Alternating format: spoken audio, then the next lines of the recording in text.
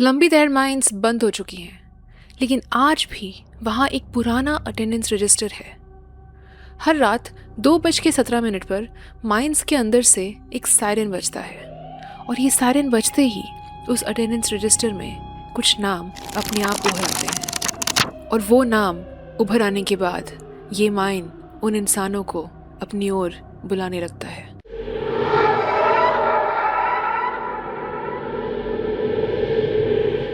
तो welcome back to रहस्य files, जहां मैं बोनी टोनी सुनाते हैं आपको एक नई डरावनी कहानी हर हफ्ते।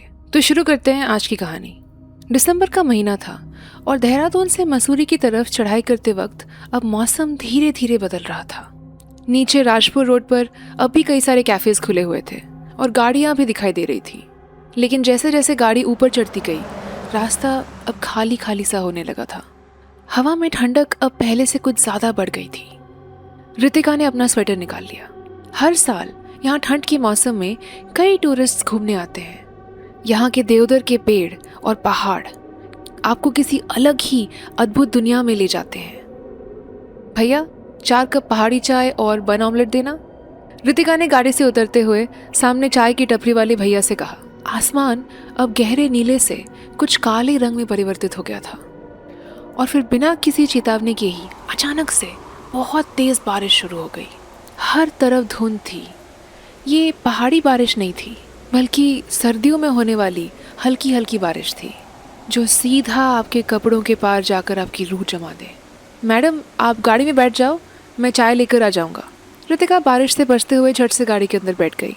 उसने अपने बाल झटके और हथेलियां रगड़ी। एसयूवी के वाइपर्स लगातार जमती हुई बूंदों को हटा रहे थे, लेकिन हर बार शीशा साफ होते ही सामने वही धुंध वापस लौट आती। रास्ते को दोनों तरफ से देवदार के पेड़ों ने एकदम घेर रखा था। मैडम, चाय और बन ऑमलेट। थैंक यू भैया। कितना हुआ? गाड़ी के अंदर अब चाय और बन ऑमलेट की मिली जुली खुशबू आ रही थी। करण ने अपना फ़ोन साइड में रखा और बाहर की तरफ देखने लगा।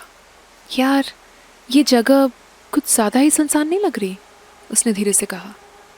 देव ने अपना कैमरा बैग एडजस्ट किया। लोकेशन परफेक्ट है, लेकिन क्लाइंट को ऐसी ही रॉ फील चाहिए होगी। इमेजिन दिस, पहाड़ों के बिल्कुल बीचों बीच, शहर की आवाज़ों से दूर। ऐसे ही मसूरी में रस्किन बॉन्ड नहीं रहते। रितिका ने उसकी बात पर कुछ नहीं कहा। रितिका जोशी आरण्य डिज़ाइन स्टूडियो में लीड आर्किटेक्ट थी। देहरादून की एक बड़ी आर्किटेक्चरल फर्म, जिसे एक बड़े होटल चेन ने लंबी दहर माइंस के पास की अबैंडन प्रॉपर्टी को इंस्पेक्ट करने के लिए हायर किया था। प्लान बिल्कुल सिंपल था। पुराने वर्कर क्वार्टर्स को रिस्टोर करके बुटीक रूम्स बनाना, शिफ्ट ऑफिस को हेरिटेज कैफ़े में कन्वर्ट करना और माइन के आसपास के इंडस्ट्रियल स्ट्रक्चर्स को रिजॉर्ट का रॉ माउंटेन एस्थेटिक बना देना। करण साइट इंजीनियर था। उसका काम था ये देखना कि पुरानी बिल्डिंग्स खड़ी रहने लायक थी भी या नहीं। देव ड्रोन फुटेज और विजुअल डॉक्यूमेंटेशन के लिए आया था और महेश को लैंड ब्रोकर ने लोकल केयरटेकर बताकर उनके साथ भेजा था। रितिका अपने फ़ोन पर मैप चेक कर रही थी। सिग्नल हर कुछ सेकंड्स में आता और फिर गायब हो जाता। तभी उसकी नज़र विंडशील्ड के पार एक पुराने साइन बोर्ड पर पड़ी। एक जंग लगे हुए पुराने साइन बोर्ड पर कुछ फीके से अक्षर दिख रहे थे। लंबी दहर लाइमस्टोन वर्क्स। उस साइन बोर्ड के आगे एक टूटा हुआ गेट था, जिसके अंदर से पेड़ों के बीच एक पतला कच्चा रास्ता नीचे की तरफ जा रहा था। ड्राइवर ने गाड़ी रोक दी। रितिका ने दोबारा फ़ोन की तरफ देखा। एंट्रेंस यही है। पुराना ऑफिस थोड़ा अंदर है मैडम, पर वो रास्ता इतना ख़राब है कि गाड़ी इसके आगे अंदर नहीं जा पाएगी। किसी और के कुछ कहने से पहले ही महेश ने अपना दरवाज़ा खोल दिया। मैंने ब्रोकर को पहले ही बोला था कि यहाँ के आगे हमें पैदल जाना होगा, उसने सर पर वुलन कैप ठीक करते हुए कहा। बस 10 मिनट का रास्ता है। वो 40 के आसपास का एक पतला सा आदमी था, जो सालों से मसूरी के आसपास पुरानी प्रॉपर्टीज़ पर काम करता आ रहा था। उसे आसपास के पहाड़, बंद पड़े खदानों के रास्ते और लंबी दहर से जुड़ी ज़्यादातर लोकल कहानियाँ बिल्कुल अच्छे से मालूम थी। वो पहले भी कई बार इस साइट पर आ चुका था। इसी वजह से ब्रोकर ने उन्हें टीम के साथ भेजा था। महेश ने गेट पर लटकी जंग लगी चेन हटाई और दरवाजे को ज़ोर से धक्का दिया।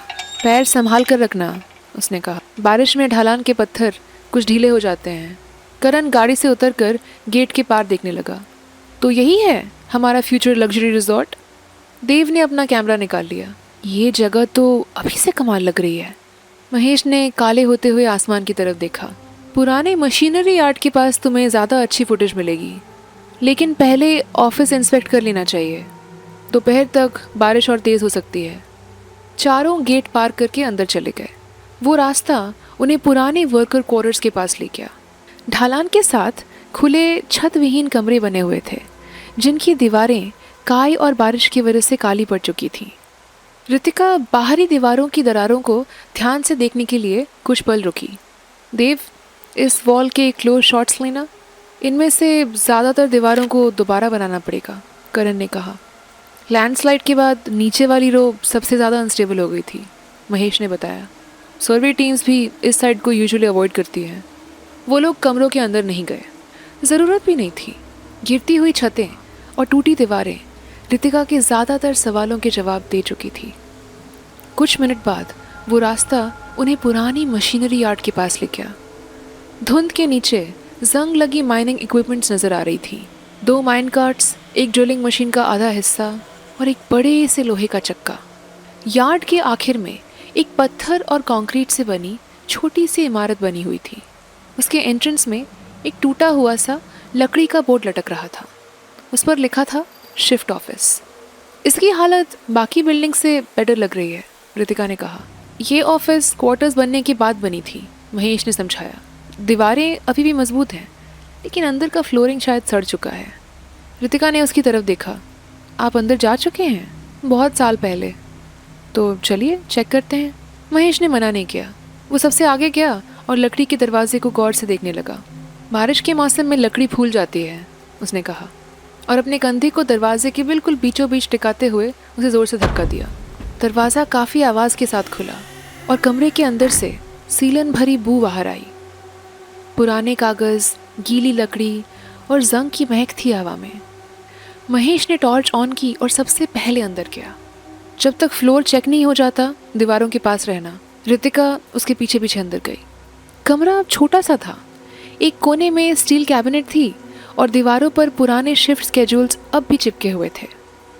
डेस्क के ऊपर एक घड़ी लटक रही थी और उसकी दोनों सुइयां एक वक्त पर रुक गई थी। 2:17। करण ने उंगली से उसकी तरफ इशारा किया। ये तो टिपिकल हॉन्टिंग आवर है ना? महेश ने मुश्किल से घड़ी की तरफ एक नज़र डाली और कहा, ये घड़ी सालों से इसी वक्त पर अटकी हुई है। वो कमरे के दूसरे हिस्से में गया।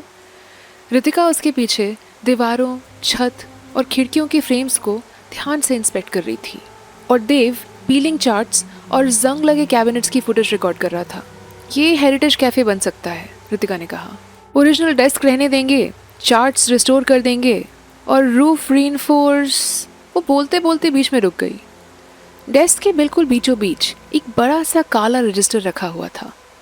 कमरे की बाकी हर चीज़ धूल से ढकी हुई थी, दीवारें, कैबिनेट, डेस्क, लेकिन रजिस्टर के आसपास का हिस्सा बिल्कुल साफ था। रितिका ने डेस्क के किनारे पर उंगली फिराई। सफ़ेद धूल की मोटी परत उसकी उंगली से चिपक गई। उसने महेश की तरफ देखा। क्या आपने इसे यहाँ रखा है? महेश थोड़ा पास आया। नहीं तो। रजिस्टर बहुत भारी लग रहा था। उसका काला कवर किनारे से फटा हुआ था और उसके चारों तरफ लाल कपड़े की एक पट्टी बंधी थी। Night shift attendance register. Karan ने महेश को देखा। ये लंबी दहर की फेमस गोस्ट स्टोरी का हिस्सा है क्या? महेश ने गहरी सांस छोड़ी। इस जगह के बारे में 20 अलग अलग कहानियाँ हैं। कोई कहता है कि रात को सायरन बजते हैं, कोई कहता है कि सुरंग के अंदर वर्कर्स दिखाई देते हैं, कोई कहता है कि सुरंग के अंदर से अब भी आवाज़ें आती हैं। आपको इन सब बातों पे बिल्कुल विश्वास नहीं है? देव ने पूछा। मैं ये मानता हूँ कि अबैंडन्ड माइंस में खतरा होता है। आप फिसल सकते हैं, आपको चोट आ सकती है, आप पर कोई बिल्डिंग गिर सकती है, लेकिन लोग सुरंग से आती हुई हवा को सुनकर कहते हैं कि भूत की आवाज़ आ रही है। मैं ऐसी बातों को तो नहीं मानता। उसने दोबारा रजिस्टर की तरफ देखा। लेकिन पिछली बार जब मैं यहाँ आया था तब ये रजिस्टर मैंने नहीं देखा था। कमरे में थोड़ी खामोशी छा गई। रितिका ने लाल कपड़े की पट्टी को ढीली की। महेश ने कहा, ध्यान से, पेजेस शायद ख़राब हो सकते हैं। रितिका ने रजिस्टर खोला। शुरू के कुछ पन्नों पर 1980 के आम एम्प्लॉयमेंट रिकॉर्ड्स थे। तारीखें, कर्मचारी नंबर, शिफ्ट की टाइमिंग, हस्ताक्षर और अंगूठे के निशान। रितिका पन्ने पलट पलट कर देख रही थी और देव उसके कंधे के ऊपर से रिकॉर्ड कर रहा था। आखिर में वो एक एंट्री तक पहुंची जिसमें लिखा था 17 सितंबर 1990। पूरा पन्ना कर्मचारी के नामों से भरा हुआ था और हर नाम के सामने एक शब्द लिखा था, प्रेजेंट, यानी उपस्थित। उसके बाद के कई सारे पन्ने खाली थे। रितिका ने पहले एक पन्ना पलटा, फिर दूसरा, मगर आखिरी पन्ने पर गहरी नीली स्याही से 4 नाम लिखे हुए थे। रितिका जोशी, करण भंडारी, देव कपूर, महेश रावत। और सारे नामों के पास प्रेजेंट लिखा हुआ था, यानी कि चारों की उपस्थिति ले ली गई थी। किसी ने कुछ कहा नहीं। देव ने कैमरा नीचे कर लिया। करण पन्ने को करीब से देखने लगा। ये क्या है? स्याही अब भी गीली थी। रितिका ने महेश की तरफ देखा। ये नाम आपने लिखे हैं? महेश की नज़र रजिस्टर पर टिकी हुई थी। मैडम, मैं अभी अभी आपके साथ आया हूँ और मुझे आप सबका नाम भी नहीं पता। यहाँ बहुत से लोग आते रहते हैं, बच्चे, फोटोग्राफर्स, पैरानॉर्मल ग्रुप्स। किसी को शायद पता चल गया होगा कि आज सर्वे टीम आने वाली होगी, लेकिन किसी को हम सबका नाम कैसे मालूम होगा? देव ने पूछा। ये तो मुझे नहीं पता, महेश ने कहा। उसने रजिस्टर बंद कर दिया और फीकी पड़ चुकी लाल पट्टी दोबारा उसके चारों तरफ बांध दी और फिर रजिस्टर को वापस डेस्क पर रख दिया। बाहर मौसम धीरे धीरे और ख़राब हो रहा था। उनके पास ज़्यादा वक्त नहीं था। रितिका घड़ी देखते हुए बीच में बोल पड़ी, हमारे पास अब सिर्फ 1 घंटे की रोशनी बची है। बाहर के फ़ोटोग्राफ्स ले लो, बाकी स्ट्रक्चर्स हम कल देख लेंगे। शिफ्ट ऑफिस से बाहर निकलते वक्त रितिका ने एक बार पीछे मुड़कर देखा। रजिस्टर डेस्क के बीच में बिल्कुल वैसे ही पड़ा था। दोपहर ढलने तक वो लोग होटल की तरफ लौट रहे थे। जब तक वो होटल पहुंचे, बाहर पूरी तरह अंधेरा हो चुका था। होटल मसूरी के क्राउडेड मार्केट से दूर पहाड़ी इलाके के एक शांत मोड़ पर बना हुआ था। पुरानी बिल्डिंग में लकड़ी की संकरी बालकनीज, फीके रंग के कालीन और पीले लाइटों से रोशन लंबे कॉरिडोर्स थे। ज़्यादातर कमरे खाली लग रहे थे। रितिका ने सबसे पहले चेक इन किया। उसका कमरा ऊपर की फ्लोर पर कॉरिडोर के बिल्कुल आखिरी में था। करण और देव को उसके बिल्कुल बगल वाला कमरा मिला था, जबकि महेश का छोटा सा कमरा नीचे ग्राउंड फ्लोर पर था। रात के करीब 9 बजे सारे लोग होटल के रेस्टोरेंट में डिनर के लिए मिले। पूरे डिनर के दौरान रजिस्टर का जिक्र सिर्फ एक बार हुआ। करण ने रोटी का एक टुकड़ा तोड़ते हुए कहा, मुझे अभी लगता है कि कोई हमारे साथ प्रैंक कर रहा था। देव ने उसकी तरफ देखते हुए कहा, पर स्याही गीली थी। एग्जैक्टली, करण बोला, किसी ने हमारे पहुंचने से बिल्कुल पहले नाम लिख दिए होंगे। जब हम अंदर गए थे तो उस कमरे में इतनी धूल थी कि हमारे फुटस्टेप्स के निशान बन गए थे। मैंने वहाँ किसी और के फुटप्रिंट्स तो नहीं देखे, देव ने कहा। करण ने कंधे उचका दिए। खिड़की टूटी हुई थी, क्या पता कोई खिड़की से आया हो। महेश चुपचाप खाना खाता रहा। रितिका ने उसकी तरफ देखा। आपको क्या लगता है कि हमारे साथ कोई प्रैंक कर रहा था? हो सकता है, लेकिन चारों का नाम पता कैसे चला किसी को? ब्रोकर के पास आप सब की डिटेल्स तो थी ही। किसी को पता चल गया होगा और किसी ने आके आपका नाम लिख दिया होगा वहाँ। करण हंस पड़ा। देखा, महेश जी भी मेरी साइड में है। बाकी लोगों ने ज़्यादा बहस नहीं की। डिनर के बाद महेश ने उन्हें अगले दिन सुबह 8 बजे तैयार रहने के लिए कहा। पहले ऊपर की इमारतों को कवर कर लेंगे, चढ़ाई के पास फिसलन बढ़ जाती है। फिर वो नीचे अपने कमरे की तरफ चले गए। करण और देव भी अपने कमरे चले गए और रितिका ने अपना कमरा अंदर से लॉक कर दिया। रितिका के कमरे में काफ़ी ठंड थी। उसने खिड़की के पास रखा हीटर ऑन किया, लेकिन उसमें से बस एक कराती हुई आवाज़ निकली। गर्म हवा आ तो रही थी, लेकिन बहुत कम। रितिका स्वेटशर्ट पहनकर अपने लैपटॉप के सामने बैठ गई। फिर उसने साइट की सारी फ़ोटोग्राफ्स देखनी शुरू करी। क्रैक्ड दीवारें, गिरी हुई छतें, मशीनरी यार्ड, शिफ्ट ऑफिस। फिर उसने वो रजिस्टर वाली फ़ोटोग्राफ खोली। जूम करने पर चारों नाम बिल्कुल साफ साफ नज़र आ रहे थे। रितिका कुछ देर तक अपने नाम के सामने के शब्द को देखती रही, प्रेजेंट, उपस्थित। फिर उसने वो फ़ोटो क्लोज़ कर दी। इस बारे में ज़्यादा सोचने का कोई फ़ायदा नहीं था। किसी न किसी को उनके आने की खबर मिल गई होगी। कोई प्रैंक कर रहा होगा। उसने लैपटॉप बंद किया और फिर टाइम देखा। 11 बजने में कुछ ही मिनट बाकी थे और अब बाहर बारिश भी शुरू हो गई थी। रितिका ने मेन लाइट बंद करी और बेड पर लेट गई। काफ़ी देर तक वो बालकनी की रेलिंग पर गिरती हुई बूंदों की आवाज़ सुनती रही। फिर धीरे धीरे उसकी आंख लग गई। कुछ घंटे बाद बीच रात अचानक उसकी नींद खुल गई। पहले तो उसे समझ नहीं आया कि उसकी नींद कैसे खुल गई। कमरे में घूप अंधेरा था। हीटर की आवाज़ भी नहीं आ रही थी। बारिश भी अब काफ़ी हल्की हो गई थी। फिर उसने नोटिस किया कि कमरे में एक अजीब सी बू आ रही है, जले हुए कपड़े और गर्म कोयले की। और धीरे धीरे वो बू बढ़ते ही जा रही है। रितिका हड़बड़ा कर उठी और हीटर की तरफ देखने लगी। हीटर बंद पड़ा था, उस पर कोई लाइट भी नहीं जल रही थी। उसने बेड साइड टेबल से अपना फ़ोन उठाया। फ़ोन पर टाइम था 2:17। रितिका कुछ पल तक स्क्रीन को देखती रही और फिर अचानक स्क्रीन की लाइट बंद हो गई। उसने बटन दोबारा दबाया लेकिन कुछ हुआ नहीं। फ़ोन बंद हो गया था। रितिका ने फ़ोन वापस टेबल पर रख दिया। अब वो जलने की बू पूरे कमरे में भर गई थी। उसने दरवाजे की तरफ देखा। शायद कॉरिडोर में से कहीं से स्मोक आ रही हो।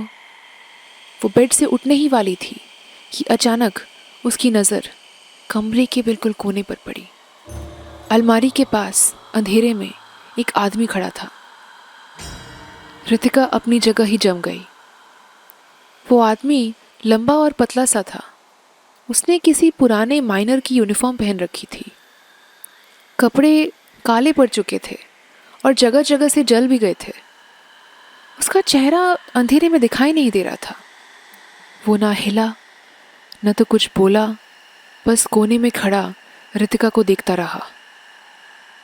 रितिका चीखना चाहती थी पर वो इतना डर गई थी कि उसके गले से कोई आवाज़ भी नहीं निकल रही थी। उसे अपनी सांसों की आवाज़ साफ साफ सुनाई दे रही थी। उस आदमी का सर बहुत डरावनी तरीके से एक तरफ झुका हुआ था और वो रितिका की तरफ ऐसे देख रहा था जैसे कि वो काफ़ी देर से उसके उठने का इंतज़ार कर रहा हो। रितिका ने धीरे से बेड साइड लैम्प के स्विच की तरफ अपना हाथ बढ़ाया। वो आदमी बिल्कुल भी नहीं हिला। रितिका ने जल्दी से लाइट ऑन कर दी। अलमारी के पास अब कोई नहीं था। खिड़की के पास भी कुछ नहीं था। रितिका डर के मारे कुछ सेकंड्स तक वहीं बैठी रही। फिर वो बेड से उतरकर पूरा कमरा चेक करने लगी। बालकनी का दरवाज़ा अंदर से लॉक्ड था। अलमारी भी खाली थी। उसने अपने कमरे का दरवाज़ा खोला। बाहर कॉरिडोर में भी कोई नहीं था। ना तो वहाँ कोई धुआं था और ना ही कमरे के बाहर से कोई जलने की बू आ रही थी। किसी के बोलने चलने की आवाज़ भी नहीं थी। रितिका ने जल्दी से दरवाज़ा बंद कर दिया। कमरे से वो जलने की बू अब लगभग गायब हो गई थी। उसने एक बार फिर अपना फ़ोन चेक किया। इस बार फ़ोन अपने आप बिना चार्ज किए ही ऑन हो गया। बैटरी अब भी 50% से ज़्यादा थी। टाइम था 2:21। रितिका दोबारा बेड पर लेट गई। उसने अपने आप को समझाने की कोशिश की। शायद कोई बुरा सपना देख लिया मैंने। उसे लगा कि शायद आधी नींद में आंखें खोल ली होगी और सपने और वास्तविकता में उसे फ़र्क समझ नहीं आया होगा। कई बार होता है हमारे साथ ऐसा कि रात को आप कोई डरावना सपना देख रहे हो और अचानक आप आँख खोलें तो कई बार आपको सपने में होने वाली चीज़ें अपने सामने दिखाई देने लगती हैं। वो रजिस्टर में उन नामों को लेकर वैसे ही परेशान थी। उसने अपने आप को समझाया, शायद हीटर से जलने जैसी कोई बू आई होगी और अलमारी के पास पड़ी परछाई अंधेरे में शायद मुझे किसी इंसान जैसा दिख रहा होगा। वो इन्हीं एक्सप्लेनेशंस को बार बार अपने दिमाग में दोहराती रही। लेकिन उस रात वो इतना डर चुकी थी कि उसने लाइट ऑन रहने दी। बगल वाले कमरे में देव को डरावने सपने आ रहे थे। उस सपने में वो एक अंधेरी सुरंग के अंदर खड़ा था। सुरंग इतनी काली थी कि कुछ फीट आगे तक कुछ भी साफ साफ दिखाई नहीं दे रहा था। दीवारों से पानी टपकने की हल्की हल्की आवाज़ आ रही थी। उसके गले में कैमरा लटक रहा था। देव ने अचानक पीछे मुड़कर देखा। सुरंग दोनों तरफ खाली थी। फिर काफ़ी दूर से एक हल्की सी रोशनी दिखाई दी। उस रोशनी के बिल्कुल नीचे कोई आदमी खड़ा था, एक माइन वर्कर। उसने पुरानी यूनिफॉर्म और माइनिंग हेलमेट पहन रखी थी। हेलमेट की लाइट बंद थी, इसलिए उसका चेहरा अंधेरे में छुपा हुआ था। वो आदमी बिल्कुल नहीं हिला, बस दूर खड़ा उसे देखता रहा। देव ने धीरे से कैमरा उठाते हुए उसकी तरफ कर दिया और फिर उसकी फ़ोटो खींचने के लिए उसने कैमरा की स्क्रीन की तरफ देखा। कैमरा स्क्रीन पर सुरंग साफ साफ दिखाई दे रही थी, लेकिन वो माइन वर्कर वहाँ नहीं था। देव ने कैमरा नीचे किया, वो आदमी अब भी सामने खड़ा था। देव ने दोबारा कैमरा उठाया, कैमरा स्क्रीन पर कोई नहीं था। फिर उसने कैमरा नीचे कर दिया, वो आदमी अब भी उसके सामने खड़ा था, लेकिन पहले से थोड़ा और करीब। देव ने उसे चलते हुए देखा नहीं था, न तो उसे उसकी आवाज़ सुनाई दी थी। वो बस पहले से देव के करीब आ गया था। देव ने पीछे हटने की कोशिश की, लेकिन उसके पैर अपनी जगह जम गए थे। उस माइन वर्कर ने बहुत ही डरावने अंदाज में अपना सर एक तरफ नीचे झुकाया, जैसे कि वो देव को पहचानने की कोशिश कर रहा हो। फिर अचानक सुरंग में से किसी की सीटी बजाने की आवाज़ आई। देव को समझ नहीं आया कि ये आवाज़ कहाँ से आ रही थी। क्या उस आदमी ने सीटी बजाई थी या उसके पीछे से आ रही थी। उस माइन वर्कर ने अपना सर ऊपर उठाया। उसका चेहरा अब भी अंधेरे में था, लेकिन उसके होठों पर एक हल्की सी मुस्कुराहट आ गई थी, बहुत डरावनी। फिर उसने देव को हल्की आवाज़ में बुलाया।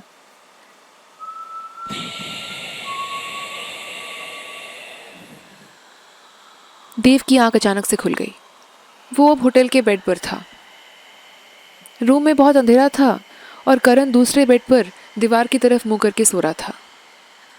कुछ सेकंड के लिए उसे अब भी लग रहा था जैसे कि वो अभी भी उस सुरंग के अंदर है। देव ने अपने चेहरे का पसीना पूछा। तभी उसके कान के बिल्कुल पास बहुत जोर से सीटी बजने की आवाज़ आई। देव झटके से पीछे हटा और वो बेड से गिर गया। उसने तुरंत बेड साइड लैम्प ऑन कर दी। उसके आसपास कोई भी नहीं था। करण ब्लैंकेट के अंदर से हल्का सा हिला। क्या हुआ? उसने नींद में ही पूछा। देव डरते हुए पूरे कमरे में इधर उधर देख रहा था। कुछ नहीं। करण उसकी तरफ मुड़ा भी नहीं। तो सो जा ना। कुछ देर तक देव बस सीधा बैठा रहा। वो डर के मारे इधर उधर देख रहा था। फिर उसे एक अजीब सी बू आने लगी, जले हुए कपड़ों की। उसकी नज़र बेड साइड टेबल पर रखे डिजिटल क्लॉक पर गई। 2:17। देव घड़ी की तरफ देखता रहा। उसे पता था कि सीटी की आवाज़ उसे कमरे में से ही आई थी। उस रात देव को दोबारा नींद नहीं आई। अगली सुबह रितिका 8 बजने के थोड़ी देर बाद नीचे आई। देव पहले से ही रेस्टोरेंट की खिड़की के पास बैठा था। उसकी आंखों के नीचे ज़रा ज़रा काली गड्ढे नजर आ रहे थे। रितिका भी बहुत थकी हुई थी। रितिका देव से कुछ पूछती कि तब तक में करण आ गया। करण बिल्कुल फ्रेश नजर आ रहा था। तुम दोनों को देखकर ऐसा क्यों लग रहा है जैसे पूरी रात माइन के अंदर बिता के आ रहे हो? रितिका और देव ने हंसते हुए बात को टाल दी। 8:30 बजे तक वो लोग दोबारा लंबी दहर माइंस की ओर जा रहे थे। पिछले दिन के मुकाबले मौसम काफी साफ था। बारिश रुक चुकी थी, लेकिन देवदार के पेड़ों के बीच अब भी बहुत घनी धुंध दिखाई दे रही थी। रितिका विंडो के पास बैठे पहाड़ों को गुजरते हुए देख रही थी। उसने किसी को भी रात के बारे में कुछ नहीं बताया था। अभी तक उसने अपने आप को मना लिया था कि ज़्यादा थकान होने की वजह से शायद उसे हैलुसिनेशंस हो रहे थे। फिर भी जब भी वो अपनी आंखें बंद करती, उसे अलमारी के पास खड़ा वो आदमी याद आ जाता। देव सामने वाले सीट पर बैठा था। होटल से निकलने के बाद से उसने कुछ भी नहीं कहा था। उन सब में से एक करण ही था जो सबसे ज़्यादा फ्रेश लग रहा था। वो फ़ोन स्क्रॉल कर रहा था, वीक सिग्नल के बारे में कंप्लेन कर रहा था और सामने पूछ रहा था कि अच्छा, वापस आते वक्त चाय के लिए रुक सकते हैं क्या? आज गाड़ी महेश चला रहा था। रात को पता नहीं कितना वक्त लग जाए, इसलिए महेश ने पहले ही गाड़ी की चाबी ड्राइवर से ले ली थी। हो सकता है आज थोड़ा ज़्यादा टाइम लगे, महेश ने कहा। वो लोग साइड पहुँचे और महेश ने गाड़ी से एक टूल बॉक्स और 2 रस्सियाँ निकाली। रितिका ने उसकी तरफ देखा। ये किस लिए? अपर लोडिंग प्लेटफॉर्म का एक सेक्शन टूटा हुआ है, तो रस्सी बचाव के लिए है, उसने कहा। उसने एंट्रेंस की चेन उठाई और धक्का देकर दरवाज़ा खोला। वो लोग प्रॉपर्टी के अंदर गए और सीधा मशीनरी यार्ड की तरफ बढ़ गए। सुबह की रोशनी में टूटी हुई इमारतें पिछले रात जितनी डरावनी नहीं लग रही थी। वर्कर क्वार्टर्स अब भी पिछले रात की बारिश से गीले थे। टूटी छतों से पानी टपक रहा था और पत्थरों के बीच बीच छोटे छोटे पडल्स बन गए थे। जब वो शिफ्ट ऑफिस के पास पहुंचे, रितिका उसके बाहर रुक गई। दरवाज़ा अब भी आधा खुला हुआ था। डेस्क पर रजिस्टर बिल्कुल वैसे ही पड़ा हुआ था जैसे वो लोग उसे छोड़ कर गए थे। रितिका कुछ देर वहाँ खड़े होकर रजिस्टर की तरफ देखती रही। कमरे में अभी सब कुछ बिल्कुल वैसा का वैसा ही था। एक पल के लिए उसका मन हुआ दोबारा रजिस्टर खोल के देखने का। तभी महेश उसके पास से टूल बॉक्स लेकर गुजरता हुआ बोला, अपर सेक्शन से काम शुरू करते हैं। दोपहर के बाद चोटी के पास हवा बहुत तेज़ हो जाती है। रितिका ने रजिस्टर को एक आखिरी बार देखा और फिर महेश के पीछे पीछे चली गई। उसके बाद किसी ने रजिस्टर का जिक्र नहीं किया। शिफ्ट ऑफिस के पीछे से एक पतली सर्विस रोड ऊपर ढलान पर जाती थी जो वर्कर क्वार्टर्स के ऊपर से होकर गुजरती थी। कई जगहों पर बारिश की वजह से काफ़ी पानी जम गया था। महेश सबसे आगे चल रहा था और एक लकड़ी के पोल से ज़मीन को टेस्ट करता हुआ जा रहा था। इसी रास्ते में रहना सारे, ठीक है? उसने थोड़ी चेतावनी देते हुए कहा। किनारे की मिट्टी पर पैर पड़े तो फिसलने के पूरे चांसेस हैं और अगर फिसले तो सीधा खाई में। देव ने नीचे खाई की तरफ देखा। धुंध धीरे धीरे हट रही थी और दूर पहाड़ी ढलानों पर बने घर नजर आ रहे थे। ड्रोन से ये शॉट कितना अमेजिंग आएगा। यहां से नहीं, महेश ने कहा। पर क्यों? चोटी के पास हवा अचानक दिशा बदल देती है, ड्रोन खो सकता है। महेश सालों से इस प्रॉपर्टी के आसपास काम करता आया था। उसे अच्छे से पता था कि कौन से रास्ते पक्के हैं। चारों सर्वे के काम में वापस लग गए। महेश उन्हें प्रॉपर्टी की सुरक्षित हिस्सों में लेकर गया। करण स्ट्रक्चरल नोट्स लेता रहा और देव अलग अलग जगहों की फुटेज रिकॉर्ड करता रहा। रितिका करण और देव दोनों को डायरेक्ट कर रही थी कि कौन सी स्ट्रक्चर्स देखनी है, कौन से फुटेजेस लेने हैं। दोपहर तक वो पिछले रात की घटनाएं लगभग भूल गई थी। 1 बजे के आसपास वो लोग लंच करने के लिए मशीनरी यार्ड में लौट गए। बादलों के पास में से हल्की सी धूप निकली थी, लेकिन अब भी वहाँ जमा देने वाली ठंड थी। वो नीचे कंक्रीट पर बैठ गए और करण होटल से लाया हुआ खाना अपने बैग से निकालने लगा। कुछ देर तक सब चुपचाप खाते रहे। लंबी घास के आगे पहाड़ में 3 सुरंग नजर आ रहे थे।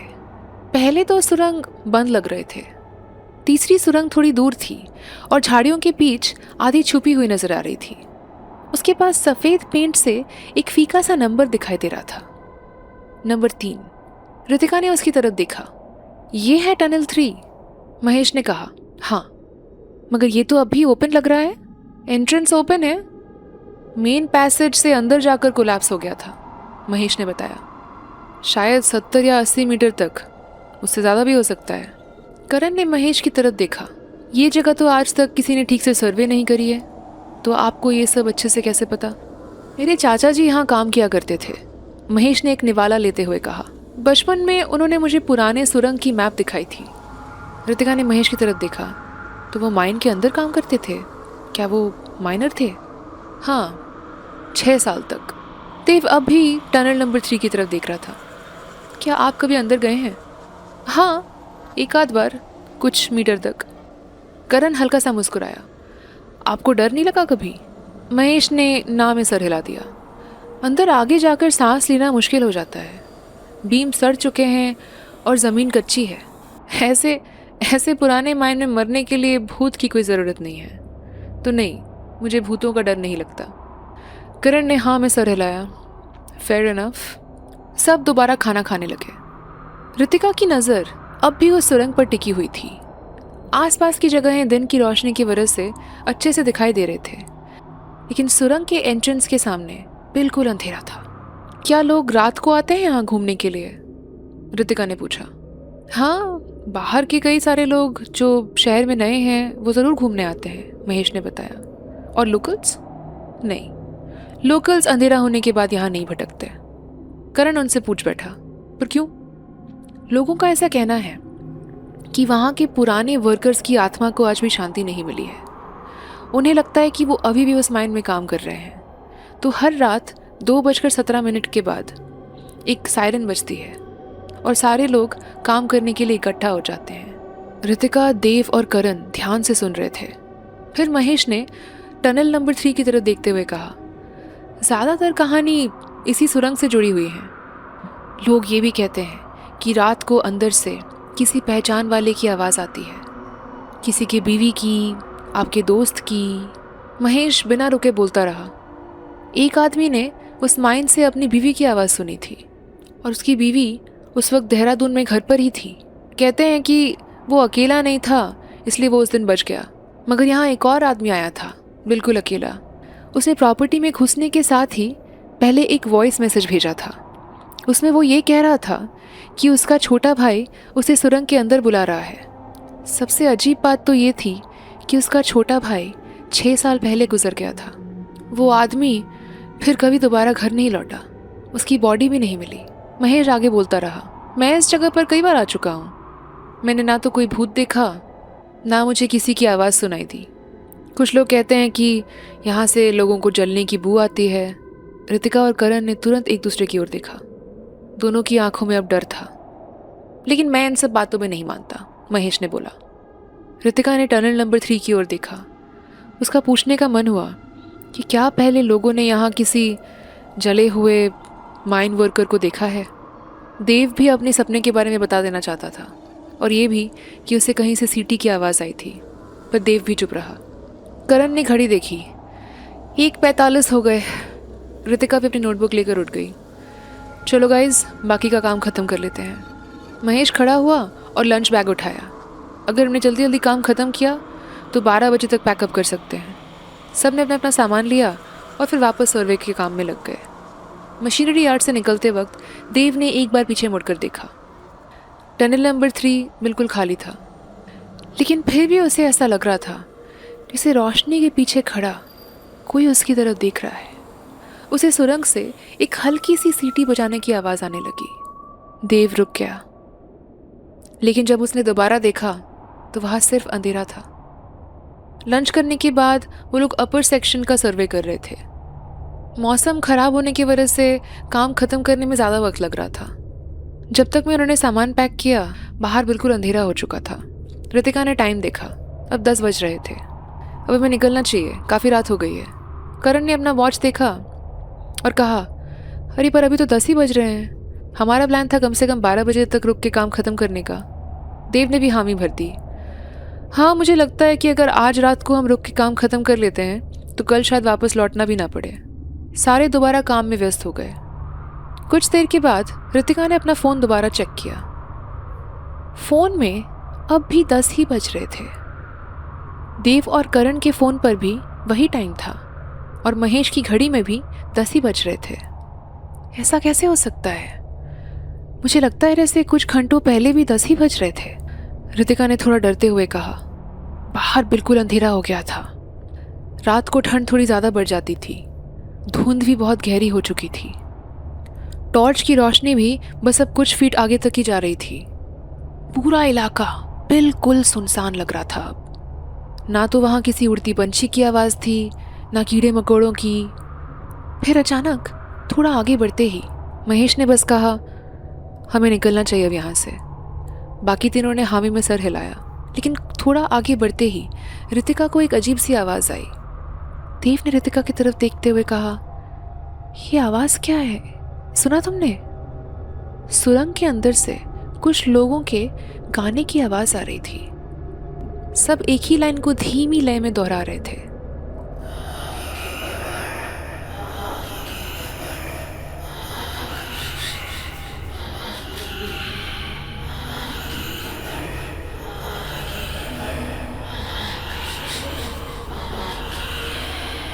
और अंदर से ऐसी आवाज़ आ रही थी जैसे मानो लोग अभी भी वहाँ माइनिंग कर रहे हों। महेश कुछ सेकंड्स के लिए रुक गया। उसने ध्यान से सुनने की कोशिश की और फिर टनल नंबर 3 की तरफ देखा। आवाज़ वहीं से आ रही थी। शब्द समझ में नहीं आ रहे थे, लेकिन वो एक ही लय में कोई गाना गा रहे थे। महेश ने अपनी टॉर्च जला दी। सब साथ रहना। वो बिना कुछ बोले मशीनरी यार्ड पार करने लगे। देव सबसे पीछे चल रहा था जब अचानक गाना बंद हो गया। सब इतने डरे हुए थे और बाहर इतनी शांति थी कि सबको अपनी अपनी धड़कनों की आवाज़ सुनाई दे रही थी कि तभी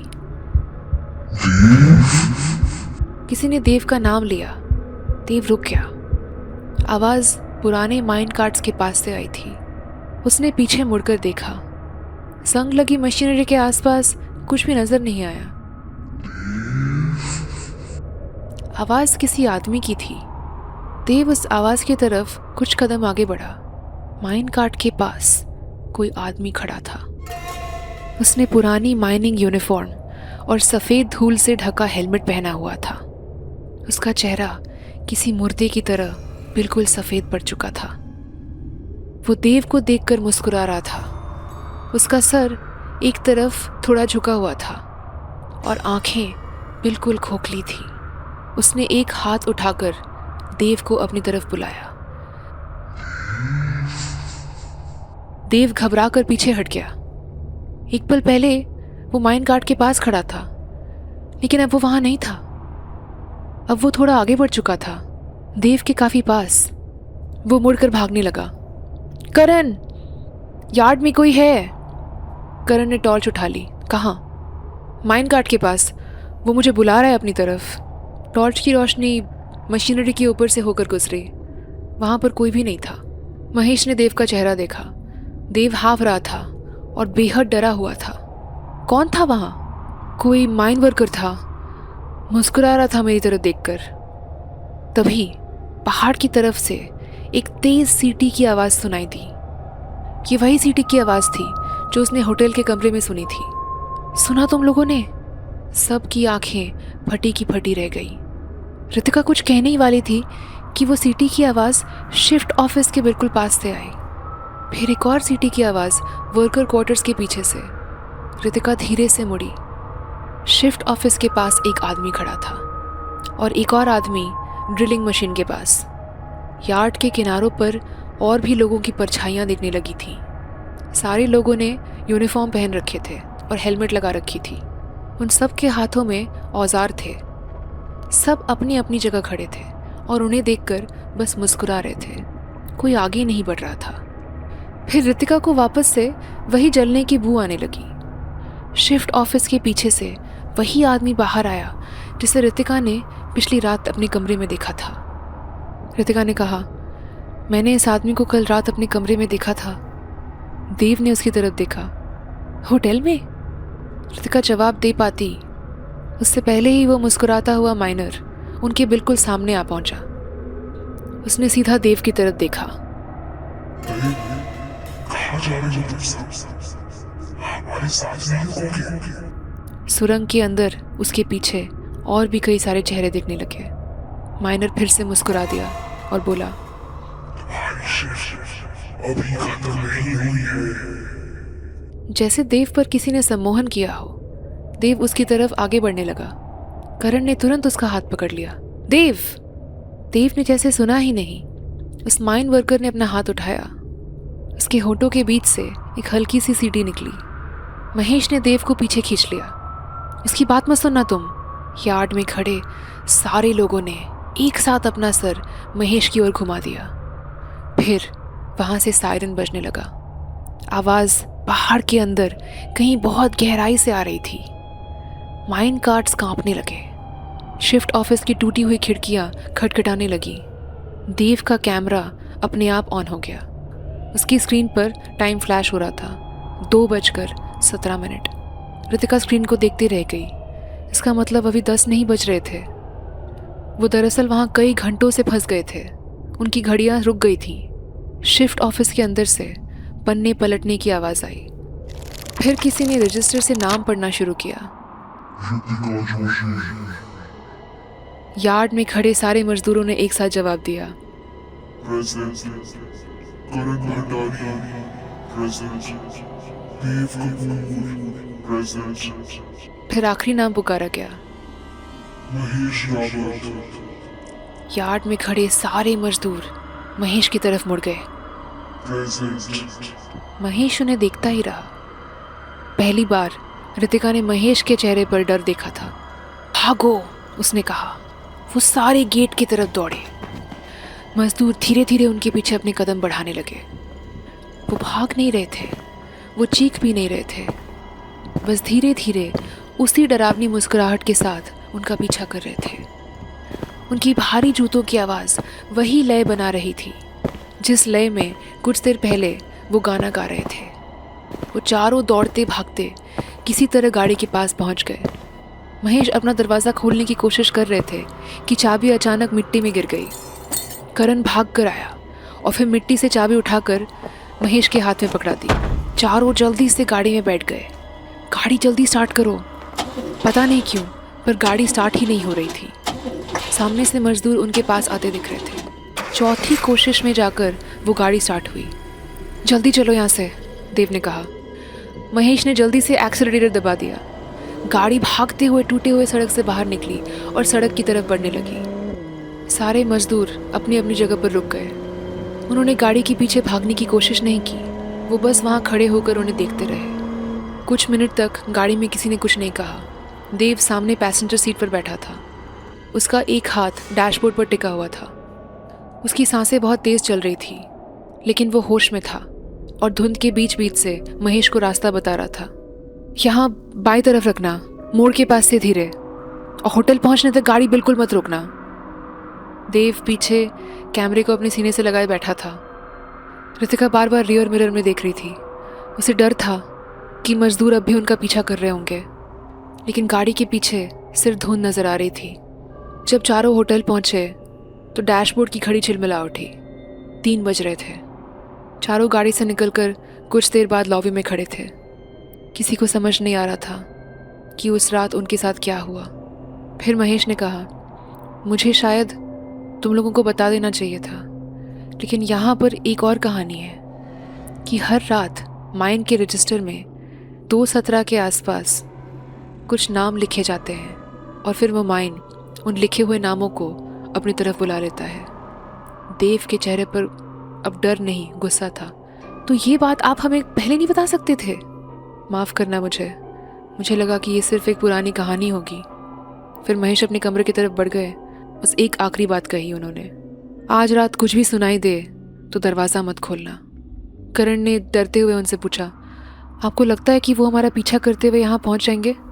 महेश ने उसे देखकर कहा, मुझे नहीं पता। महेश भी बहुत डरा हुआ था। महेश अपने कमरे में चले गए। रितिका, देव और करण रात भर एक ही कमरे में बैठे रहे। वो तीनों सो नहीं पाए। अगली सुबह वो तीनों बस किसी तरह वहाँ से निकल जाना चाहते थे। महेश उस सुबह बहुत थका हुआ लग रहा था। देखकर ऐसा प्रतीत हो रहा था कि वो भी रात भर सोया नहीं है। उसने उन तीनों के लिए लैंड ब्रोकर से बात की और एक दूसरी गाड़ी का भी इंतज़ाम कर दिया ताकि वो देहरादून सही सलामत पहुंच जाए। रितिका ने आखिरी बार महेश की तरफ देखा और कहा, थैंक यू महेश जी, आप अपना ख्याल रखिए, और शायद आपको अब लंबी देर माइंस वापस नहीं जाना चाहिए। महेश ने सर हिला दिया। मैंने सालों से लोगों को कहा था कि उन माइंस के अंदर कुछ नहीं है, लेकिन मैं गलत था। उन तीनों को गाड़ी में बिठाने के बाद महेश भी अपने घर की तरफ निकल गए। उस वक्त रितिका को लगा था कि वो चारों इस मुसीबत से हमेशा हमेशा के लिए बच गए होंगे। 3 महीने के बाद वो लंबी दहर प्रोजेक्ट को हमेशा के लिए बंद कर दिया गया। ऑफिशियल रीज़न ये था कि ज़मीन के अनस्टेबल होने की वजह से प्रोजेक्ट का खर्चा कुछ ज़्यादा ही हो रहा था। रितिका, करण और देव को कभी असली बात बताने की हिम्मत ही नहीं हुई और उन तीनों ने उस रात के बारे में दोबारा कभी बात भी नहीं की। फिर एक रात रितिका के पास महेश की बीवी का फ़ोन आया कि मेरे पति गायब हो गए हैं। शुरू में तो वो ठीक ठाक घर आ जाते थे, लेकिन कुछ दिनों बाद उनकी नींद हर रात ठीक 2:17 पर खुल जाती थी। कभी वो खिड़की के पास खड़े रहते थे तो कभी पूरे घर में किसी ऐसी बू को ढूंढते रहते थे जो बाकी किसी को कभी आई ही नहीं। गायब होने से 2 दिन पहले मुझे बताकर गए थे कि कोई उन्हें बुला रहा है। पिछली रात मुझे बाहर से किसी की सीटी की आवाज़ आई थी। महेश उठकर बाहर चले गए थे। मैं उनका पीछा करती, लेकिन जब तक मैं बाहर गई थी तब तक वो वहाँ नहीं थे। रितिका का फ़ोन उसके हाथ से छूट गया। कई हफ्तों बाद देव माइन की पुरानी फुटेजेस दोबारा देख रहा था। उसमें एक काफ़ी अजीब सी फुटेज थी। उसने उस पर डबल क्लिक की। उस फुटेज में टनल 3 के पास अंधेरे में माइनर्स का एक झुंड खड़ा था। उनमें महेश भी खड़ा था। महेश आगे बढ़ा और सीधा कैमरे की तरफ देख रहा था। उसके पीछे के झुंड के सारे लोग मुस्कुरा रहे थे और स्क्रीन पर वक्त था 2:17। तो मैं आशा करती हूँ कि आपको मेरी ये कहानी अच्छी लगी हो। अगर आपको भी मुझे अपनी कहानियाँ भेजनी हैं तो आप मुझे नीचे दिए गए ईमेल पर भेज सकते हैं। मैं फिर मिलूंगी आपसे अगले हफ्ते। और अगर आपको मेरी कहानियाँ पसंद हैं तो मुझे सब्सक्राइब करना ना भूलें। इस वीडियो को लाइक कर दें और मुझे कमेंट करके बताएं कि आप कहाँ से सुन रहे हैं। मुझे आप कमेंट करके ये भी बता सकते हैं कि आपको ये कहानी कैसी लगी। मैं अगले हफ्ते फिर आऊँगी ऐसी ही किसी डरावनी कहानी के साथ। तब तक के लिए good night and good bye.